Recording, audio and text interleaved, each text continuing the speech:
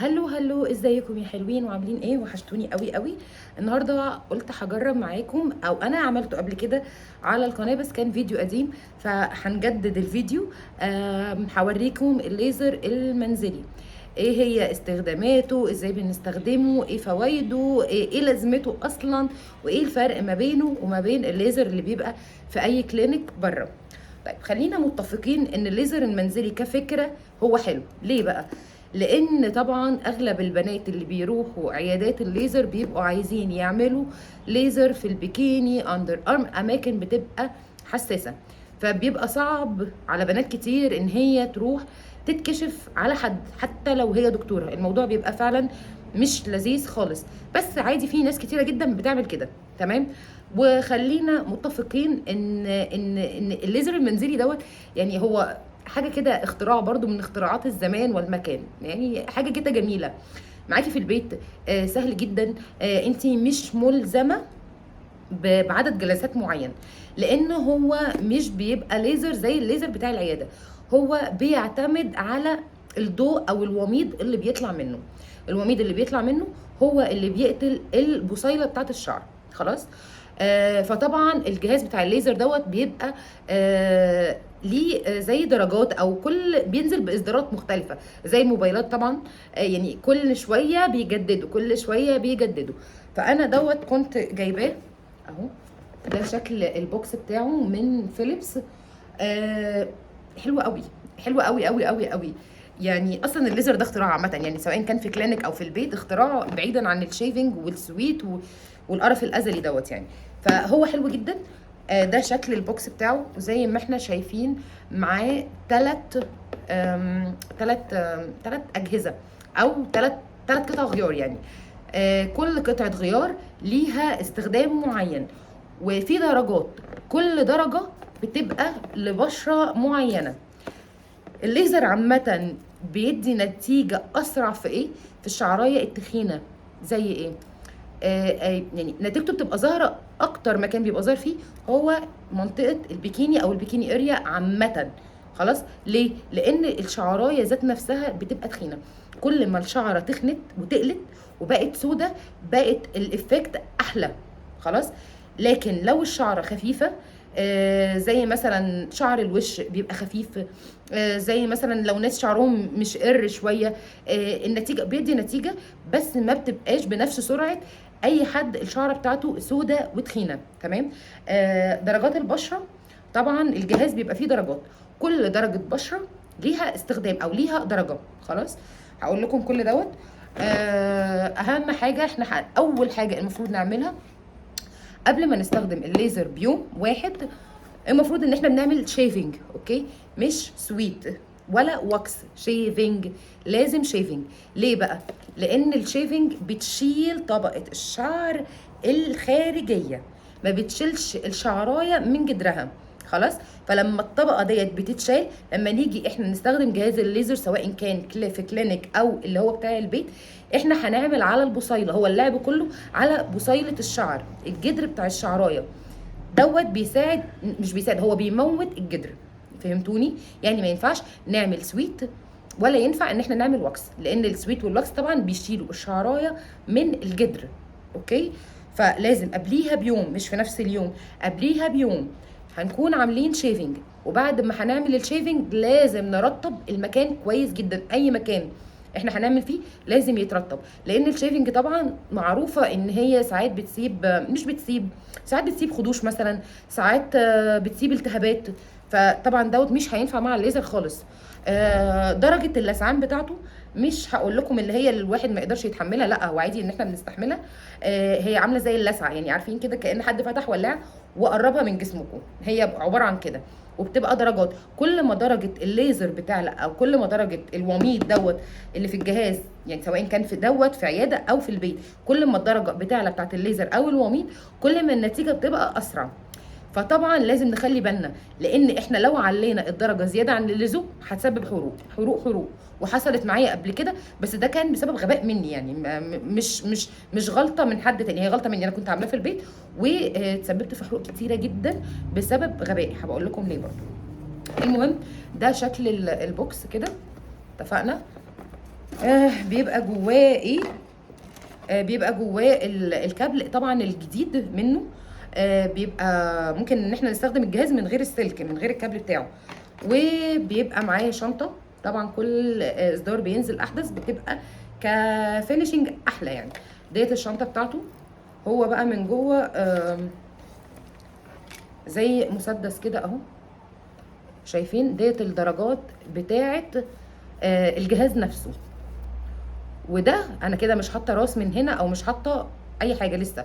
ده هو مصدر الوميض، اتفقنا؟ ودوت طبعا زرار الباور. فانا لازم علشان اشغله لازم احطه في الفيشه، فانا هحطه في الفيشه اكيد وارجع لكم. طبعا حطيناه خلاص كده في الفيشه. الفيشه هي المفروض ان انا بسيبه ممكن يتشحن عشان استخدمه من غير سلك، بس انا بخاف اسيبه لوحده كده بره، لان طبعا دي لو اتكسرت دي حساسه جدا، دي لو اتكسرت الجهاز كله باظ. وانا طبعا عشان بما اني عندي عيال ابرياء فبخاف ان انا اسيبه بره، فما بشحنهوش خالص وبستخدمه من السلك دايركت. بيبقى معاه ايه تاني؟ بيبقى معاه التيشو ده اهو، ديت علشان نمسح العدسه اللي هي بعد كل استخدام نمسحها. يفضل طبعا اللي هي الحاجات اللي زي ديت علشان ما تسيبش برو او اسمها برو، الفروله ديت على الازاز من بره. وبيبقى معاها 3 من دول، 3 رؤوس او 3 ادوات. كل واحده ليها استخدام. خلاص ديت اهي، يا رب تكون ظاهره اهي، شايفين؟ مرسوم عليها منطقه البكيني. اذا ديت لايه؟ اكيد للبكيني. ليه بقى ديت؟ يعني هتلاقوها كده مجوفه من جوه وبتبقى ليها درجه معينه، الازاز ذات نفسه بيبقى ليه درجه معينه، لان طبعا المكان ده حساس جدا جدا جدا جدا، فهي بيبقى ليها اداه معينه او راس معينه. تمام؟ وديت اهي مرسوم عليها وش اهو، ديت طبعا للوش. ماشي؟ والتالتة ديت بقى ايه؟ للجسم العادي اهي، دي للجسم العادي. خلاص طيب هنستخدمه ازاي؟ انا مثلا بشرتي قمحويه، انا مش بيضه ولا انا سمره، فهعمل الدرجه وسط. هو فيه 5 درجات، هبقول لكم السعر في الاخر. في 5 درجات اهم، 1 2 3 4 5. كل ما الدرجه بتعلى كل ما الوميض بيزيد اكتر. ماشي؟ فانا لو، خلي بالكم من المعلومه دي كويس جدا، لو انا سمره وعليت الدرجه هتحرق، والعكس صحيح. خلاص؟ والعكس صحيح. انا بقى بستخدمه ازاي؟ انا بستخدمه حسب ما جسمي يتحمل اللسعه، على اساس ان هو يديني نتيجه اسرع. بستخدمه قد ايه؟ انا ماليش ميعاد استخدام. هو انا في الاول استراحه يعني، انا كنت عامله في كلينيك بره عاديه، وبعد كده ما روحتش تاني. لما جبت الجهاز دوت بقيت اكمل في البيت. بيدي نتيجه، هو بيدي نتيجه، بس هي مش زي النتيجه اكيد بتاعه العياده. يعني لو العياده مثلا انت هتحتاجي 7 سيشن، هنا في الجهاز لا هتحتاجي 13 سيشن. ماشي؟ بس في الفكره في العياده ان انت بتروحي مثلا مره كل شهر او مره كل 3 اسابيع. ماشي؟ عشان الجلد يكون ادينا له فرصه للجلسه اللي بعدها. لكن في الجهاز ده عادي ان احنا ممكن نستخدمه كل اسبوعين عادي جدا، لان هو وميض مش ليزر. ف يعني احنا لو بصينا لها ممكن نلاقيها نفس الوقت اللي احنا هناخده في الكلينيك هو نفس الوقت اللي احنا هناخده في البيت. بل بالعكس بقى، احنا العرايس عامه، يعني انا زمان اول ما اتجوزت ما عملتش الليزر ده طالع بعد ما انا اتجوزت. فالعرايس دلوقتي كلهم علشان يروحوا يعملوا ليزر بيعملوا سيشن كامله فول بادي. الفول بادي دي بتبقى في حدود 4000 و4000 ونص، ولما تبقى مثلا نص رجل ونص ايد معرفش يبقى بكام الف. لو احنا جمعنا الكم الفلوس اللي احنا هندفعها في السيشنز دي، هي هتجيب لنا الجهاز وهيبقى معانا في البيت. انا كنت جايباه من 2019، يعني بقالي 3 سنين. انا كنت جايباه بما يعادل 15000. دلوقتي برضو ممكن تلاقوه نفس السعر، 20 22 حاجه كده يعني. ماشي؟ بس هو كسعر او كرقم يدفع مره واحده طبعا كبير، بس لو اتحسبت بان احنا مثلا كل شهر عشان نعمل فول بادي بندفع مثلا 4 5000 جنيه، فهتبقى هي. تمام؟ بس الموضوع بيبقى صعب زي ما قلت لكم، ان الواحده تروح تتحط، ما اكيد دكتور، بس برضو الموضوع بيبقى ايه، مش لطيف خالص. فانا مثلا هستخدم اللي هي بتاعه، هي فين؟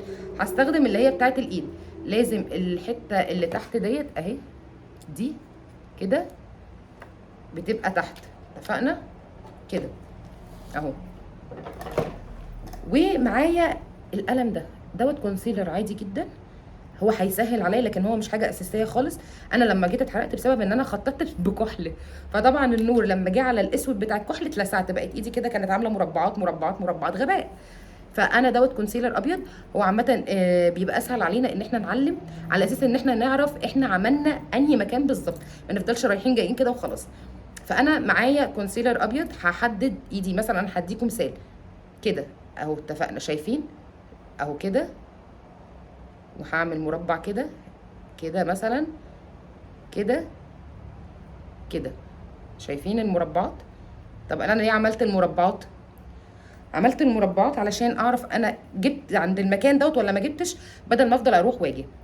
هحدد الدرجه اللي انا عايزاها، انا هعملها على 4، انا جسمي يستحمل لدرجه 4 ماشي. بس هي حسب درجه البشره، كل ما بشرتنا هتغمق لازم نقلل الدرجات، والعكس صحيح. تمام.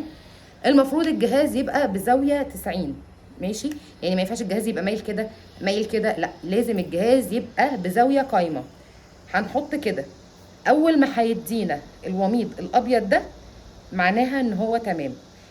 لكن لو الجهاز مش مظبوط، انا عايزه اوريكم لو الجهاز مش مظبوط مثلا هيدي ايه، بيدي ضوء اورنج. مش عارفه اجيبها لكم دلوقتي، بس طول ما دوت ابيض يبقى معناها ان البلس هتطلع مظبوطه، لكن لو اورنج يبقى معناها ان البلس مش مظبوطه، او الشفره اللي انا حطاها مش مظبوطه، او الدرجه مش مظبوطه.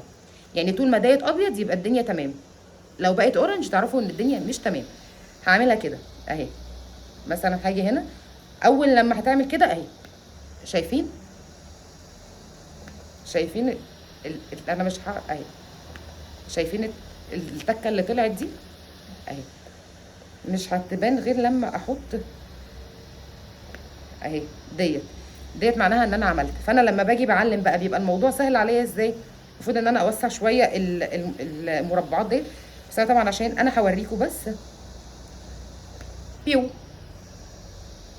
بيو ايه بقى اللي انا شماه؟ هنشم ايه؟ هنشم ريحه شياط، زي ما بنشم بالظبط في اي كلينيك بره.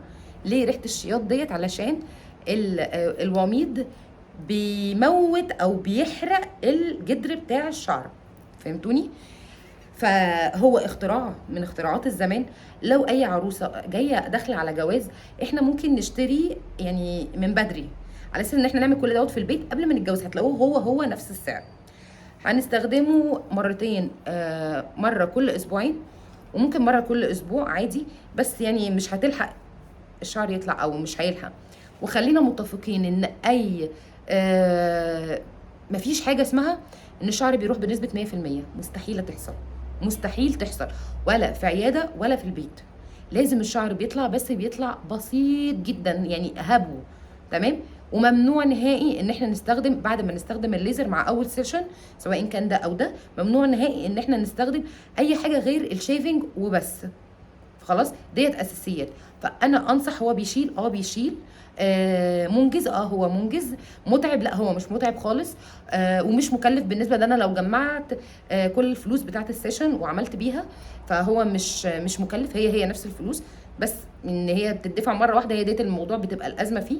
في اماكن كتيره جدا ممكن تباعها بالتقسيط، هي برضو، بس الجهاز هيفضل عندك تستخدميه بقى انت وعيلتك وعيله عيلتك، وبصي وهتهيصي وهتعملي اي مكان، بيعمل اي مكان في الجسم، اي مكان، ايد رجل بيكيني اندر ارم، كل حاجه بيعملها. فهو حلو جدا، وانا بالنسبه لي ده اختراع من اختراعات الزمان يعني. وندمانه اشد الندم ان انا ما جبتوش من بدري، لان يعني اتفحت طبعا في عيادات الليزر لما كنت بروح في الاول، فلوس ووقت ومروح ومجي ووقت رايح ووقت جاي. وفي كمان كلينيك بتبقى عامله اوفرز، بيبقى الجهاز بتاعها مش هو البيرفكت اللي هو يجيب النتيجه اللي احنا عايزينها. فلو انتوا عايزين تعملوا ليزر، يا ريت نشتري الجهاز ونوفر الفلوس، وهيبقى معانا دايما في البيت، واستخدامه سهل جدا وهو منجز. وبرضه علشان فكره ان احنا نتعرى على حد، الفكره بتبقى مش لطيفه، مع اني انا عملتها بس ندمانه اشد الندم، يعني حقيقي انا ندمانه اشد الندم. فالحمد لله ان ربنا اكرمني وجبته. فهو حلو قوي. فقلت اوريكم انا هستخدمه ازاي، وبستخدمه كم مره في الاسبوع، وقلت لكم ملخص طريقه استخدامه. يا رب يكون الفيديو عجبكم، واشوفكم على خير، وهتوحشوني قوي قوي قوي قوي لحد الفيديو الجاي. وما تنسوش تعملوا لايك لو وصلتوا معايا طبعا لحد هنا، ما تنسوش تعملوا لايك. اشوفكم على خير، هتوحشوني. باي باي.